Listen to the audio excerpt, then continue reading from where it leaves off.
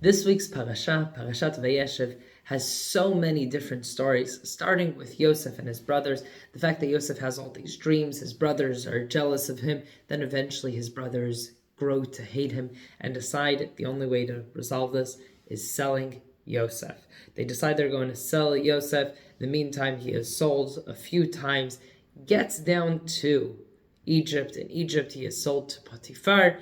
Potiphar has everything. He has this most beautiful wife ever, but she has a thing for Yosef.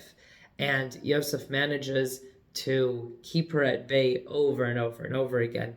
And then one day, the two of them are alone at home, and she tells Yosef, "Come and be intimate with me." Yosef gets up and runs out of the house, leaving his clothes there with him.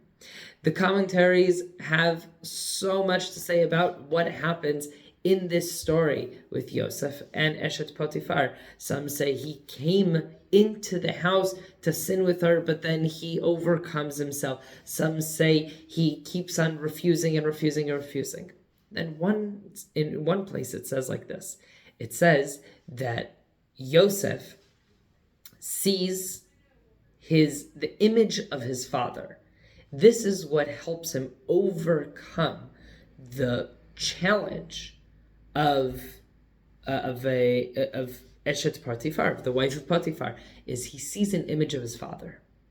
And when some of the later commentaries talk about this, they say either he saw it as a vision, some sort of prophecy, he hasn't seen his father in a long time, he was about to sin, suddenly he sees this image of his father. Some say he was in a very rich house, right? He doesn't go into the house of his master often, but he walked in, and when he goes into her chambers to sin, he sees a mirror, and he hasn't seen a mirror ever.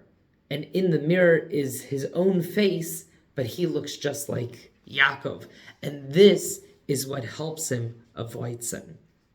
And then Rav Shlomo Carlebach says something even more amazing. He says it like this. He says, he saw an image of his father. What does that mean?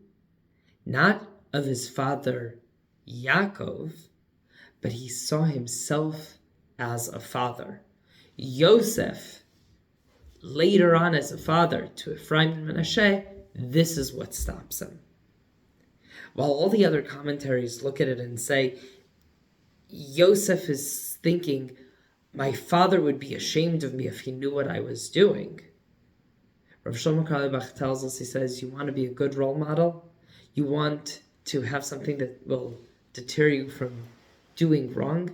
It's not what will my parents think of me, but what will my children think of me? How much more embarrassing is it for my children to find out that I have done something wrong, that I've done something inappropriate? And this is the motivation that Yosef uses to avoid sin. Shabbat Shalom.